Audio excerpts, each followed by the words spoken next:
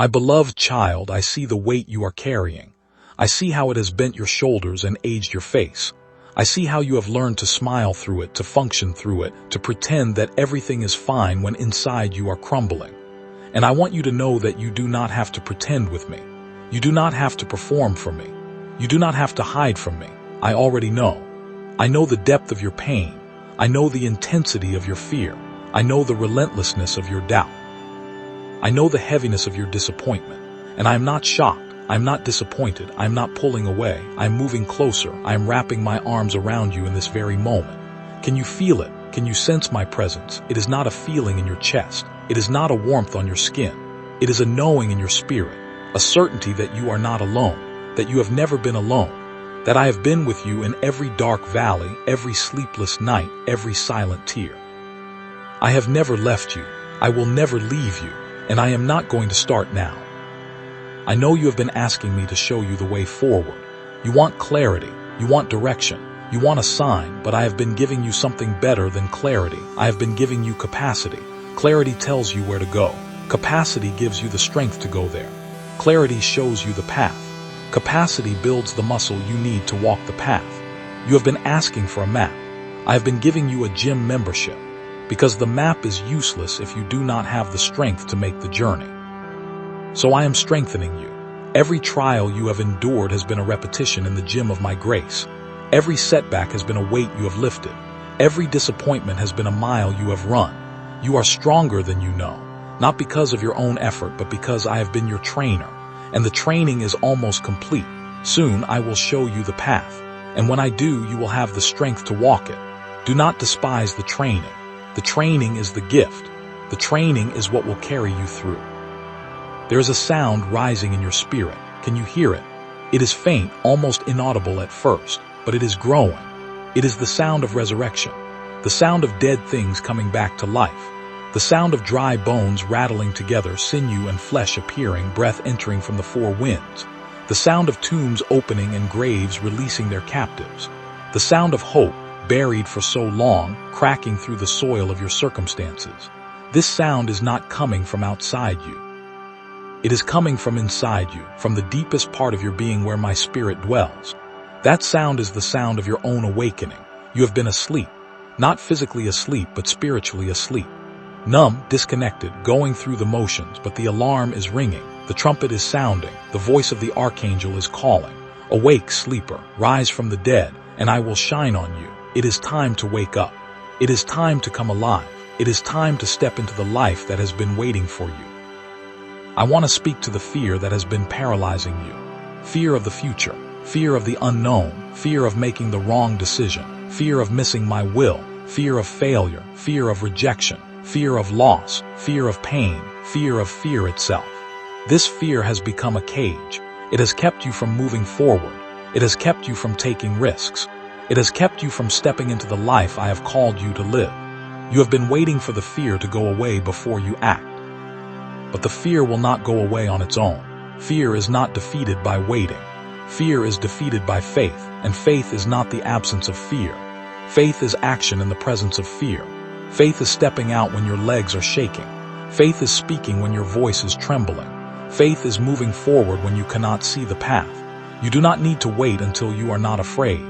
You need to act while you are afraid. And as you act, the fear will diminish. Not because the circumstances change. Because you will see that I am with you. You will see that I am faithful. You will see that the worst case scenario did not happen. And even if it did, I was there. And I carried you. So do not wait for the fear to leave.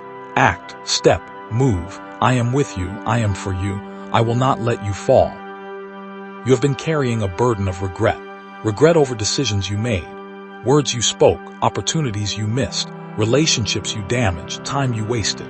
This regret has become a weight on your back, slowing you down, bending you over, stealing your joy. You have been living in the past, replaying the moments, imagining what you could have done differently. But the past is gone. It cannot be changed. It cannot be relived. It cannot be undone. And your regret is not helping anyone. It is not helping you. It is not helping the people you hurt. It is not helping the situations you damaged. Your regret is just a prison, and I am holding the key. I am offering you release.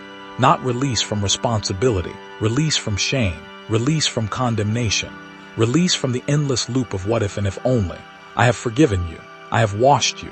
I have cleansed you. I have removed your sins as far as the east is from the west. Why are you still carrying what I have already removed? Why are you still wearing the chains I have already broken? Why are you still living in the prison cell when the door has been open for years? Walk out. Leave the regret behind. It does not belong to you anymore. It belongs to me, and I have destroyed it. I know there is a dream inside you that you have given up on, a dream that died, a dream that was buried under the weight of disappointment and fear and practicality. You told yourself it was foolish. You told yourself it was unrealistic. You told yourself it was too late. You told yourself you were not talented enough, not young enough, not connected enough, not brave enough. So you buried the dream. You put it in the ground. You marked the grave. And you walked away. But I am the God of resurrection. I raise the dead. I bring dry bones to life. I open tombs. That dream is not dead. It is sleeping. It is waiting. It is underground, sending roots deep into the soil of your character, preparing to burst forth in a season you cannot predict. Do not dig up the grave to see if the dream is still there. Do not poke at the coffin to see if there is any life. Trust me with the dream. I am the gardener. I know when to water and when to wait. I know when to prune and when to let grow. I know when the time is right for the dream to rise. Your job is not to make the dream happen. Your job is to stay connected to me. I am the vine. You are the branches. Stay connected. Let me produce the fruit. The dream will come, not in your timing, in mine, and my timing is perfect. I want to tell you about the power of your presence. You think you have nothing to offer. You think you are insignificant. You think your contribution doesn't matter, but your presence changes the atmosphere. When you walk into a room, you carry me with you. You carry my peace. You carry my love. You carry my hope. And that changes everything. You do not need to speak eloquent words. You do not need to perform impressive acts. You do not need to have all the answers. You just need to be present, fully present, openly present, lovingly present. Your presence is a gift to your family, to your friends, to your coworkers, to the stranger on the street. You never know who needs to see me today. You never know who is one encounter away from hope. You never know whose life will be changed by your simple act of showing up. Do not underestimate the power of your presence. Do not hide yourself away. Do not shrink back. You are my ambassador. You carry my presence. And my presence changes everything. You have been asking me to show you your purpose. You want a clear, detailed plan. You want a roadmap with mile markers and deadlines. You want to know exactly what to do, when to do it, and how to do it. But I am not giving you a roadmap. I am giving you a relationship. The roadmap would tell you where to go. The relationship teaches you how to walk. The roadmap would give you a destination. The relationship gives me to you, and I am the destination. Your purpose is not a task to complete. Your purpose is a person to know. When you know me, you will do what I do. When you love me, you will love what I love. When you walk with me, you will go where I go. The specifics of your calling will emerge from the intimacy of our connection. Do not focus on the doing. Focus on the being. Be with me. Be in me. Be like me. The doing will take care of itself. The purpose will reveal itself. The path will make itself known. Seek first my kingdom and my righteousness, and all these things will be added to you. Not some of them, not most of them, all of them. Seek me, find me, know me. The rest will follow. There is a shaking happening in your world right now. Things that seemed stable are wobbling. Structures that seemed permanent are crumbling. Relationships that seemed secure are straining. Systems that seemed reliable are failing. The shaking is not random. The shaking is intentional. I am shaking everything that can be shaken so that only what cannot be shaken remains. What cannot be shaken? My love, my presence, my promises, my kingdom. These are eternal. These are unshakable. Everything else is temporary. Everything else is passing away. So do not cling to the things that are being shaken. Do not build your house on sand. Build your life on me. Build your identity on my love. Build your security on my promises. Build your hope on my resurrection. When the shaking is over, you will still be standing. Not because you are strong, because I am holding you up. Not because you have figured everything out, because I am your foundation. The storms will come. The winds will blow. The floods will rise. But you will not fall, because you are built on me. and I do not shake. My beloved child, I am not finished with you. I know you feel like you have been on the shelf for too long. I know you feel like your best years are behind you. I know you feel like you have missed your chance. But I am the God of second chances, third chances, fourth chances. I am the God of the comeback. I am the God of the late bloomer. I am the God of the 11th hour. I am not done with you. Your age does not disqualify you. Your past does not disqualify you. Your failures do not disqualify you. Your current struggles do not disqualify you. I am not looking for qualified people. I am looking for available people. Are you available? Are you willing? Are you surrendered? Then I can use you, not in spite of your weaknesses, through your weaknesses. Your weaknesses are not obstacles to my power. Your weaknesses are the stage on which my power performs. So stop counting yourself out. I have not counted you out. I am counting you in. There is a peace that I am offering you, not the peace of escape, not the peace of denial, not the peace of pretending everything is fine. The peace that passes understanding, the peace that remains in the storm, the peace that holds you together when everything is falling apart. This peace is not dependent on your circumstances. It is dependent on your focus. As long as you are looking at the waves, you will sink. As long as you are looking at the storm, you will fear. As long as you are looking at the enemy, you will tremble. But when you look at me, you will have peace. Not because the waves stop, because I am greater than the waves. Not because the storm ends, because I am the master of the storm. Not because the enemy flees, because I have already defeated the enemy. Keep your eyes on me, not on your problems, not on your fears, not on your doubts, not on your past, not on your future, on me. And my peace will guard your heart and mind. Not some of your heart and mind, all of your heart and mind. This peace is yours for the taking. Reach out and take it. It is right here, in my presence, in my words, in my love. Take it. It is yours. So hold on, beloved child. Hold on. The night is almost over. The morning is coming. The sun is rising on the horizon of your life. I see it. And soon you will see it too. And when you do, you will realize that you were never alone in the darkness. I was there. You will realize that the tears you cried were never wasted. I collected them. You will realize that the prayers you thought were unanswered were actually being answered in ways you could never have predicted. You will realize that the waiting was not punishment, it was preparation. You will realize that the broken road was leading you to exactly the place you needed to be. And you will fall to your knees in worship, not because of what you have accomplished, but because of who I am. And you will say, surely the Lord was in this place and I did not know it. And I will smile. And I will say, welcome home, beloved. Welcome home. Now and live like the beloved child you are, not like an orphan fighting for scraps, not like a slave cowering in fear, not like a stranger wandering without purpose. Live like a son, live like a daughter, live like the heir to a kingdom that cannot be shaken. Live in my love, live in my peace.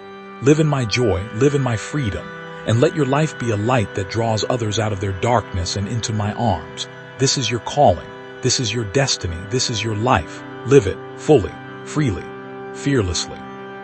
For I am with you, always to the end of the age and beyond. Amen. My beloved child, do you know how precious you are to me? Not in a vague, general sense, but specifically, personally, intimately. You are not one among billions to me. You are the one I am thinking about right now. You are the one I am speaking to right now. You are the one I am holding in my heart right now. The stars, I named them all. The galaxies, I spun them into existence with a word. The mountains, I carved them. The oceans, I gathered them. But you I formed with my own hands. You I breathed into with my own breath. You I knitted together in the secret place. You are not a project. You are not a task. You are not a number. You are my child, my beloved, my delight. When I look at you, I do not see your failures. I see my son. I see my daughter. I see the one for whom I would do anything. The one for whom I have already done everything. You are not a disappointment to me. You are not a burden to me. You are not a regret to me. You are the joy set before me. You are the reason I endured the cross. You are the reward of my suffering. Do not ever doubt your worth to me.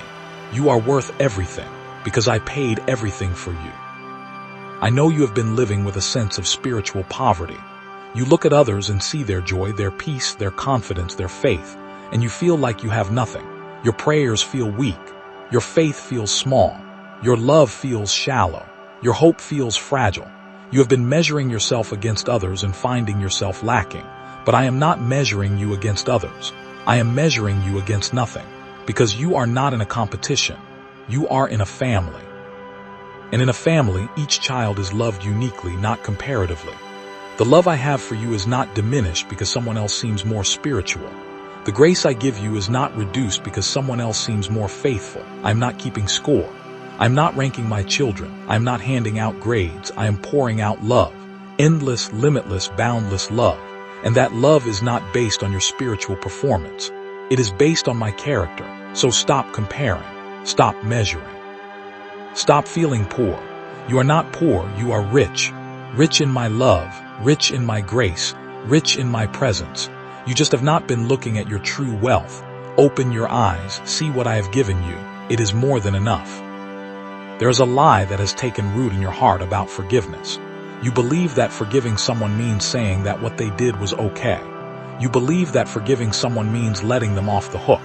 You believe that forgiving someone means opening yourself up to be hurt again. And because of these beliefs, you have held on to unforgiveness like a shield. You have told yourself that your bitterness is protecting you, that your resentment is keeping you safe, that your refusal to forgive is justice. But I need to tell you the truth. Unforgiveness is not a shield. Unforgiveness is a prison. It does not protect you, it traps you. It chains you to the person who hurt you.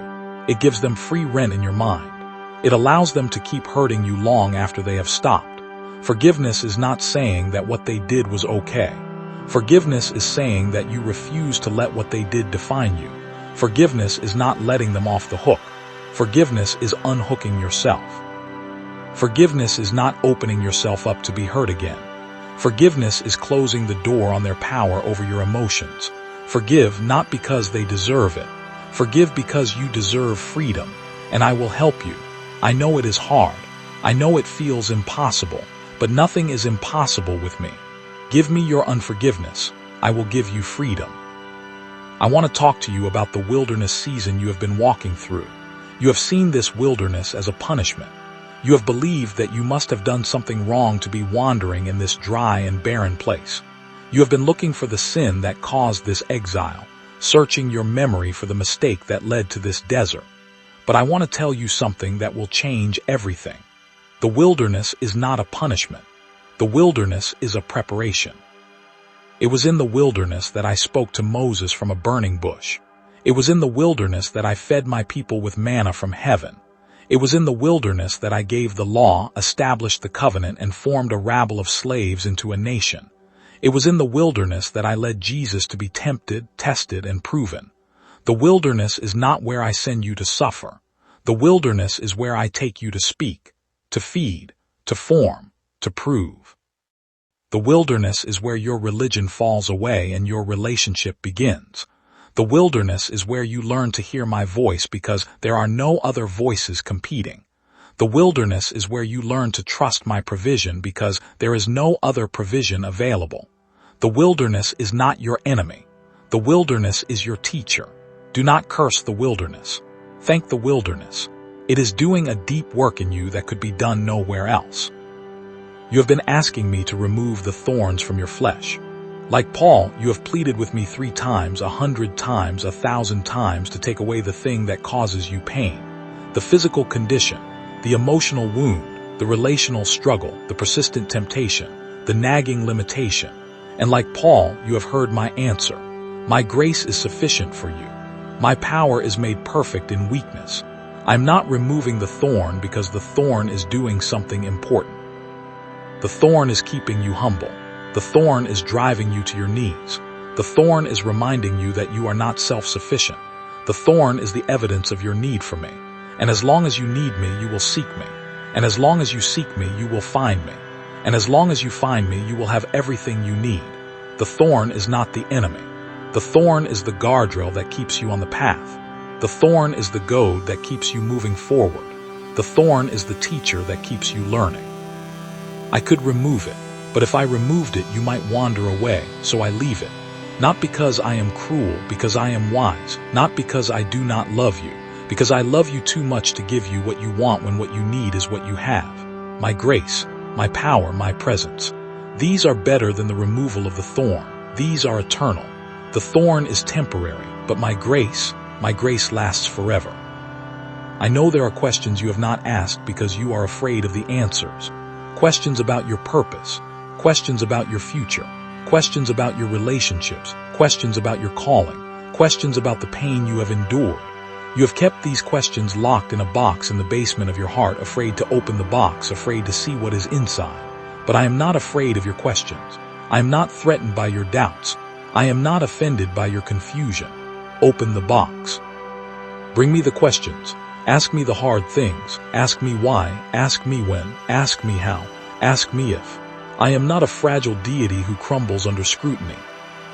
I am the answer to every question. Not because I will give you a neat explanation for every mystery, because I am the mystery.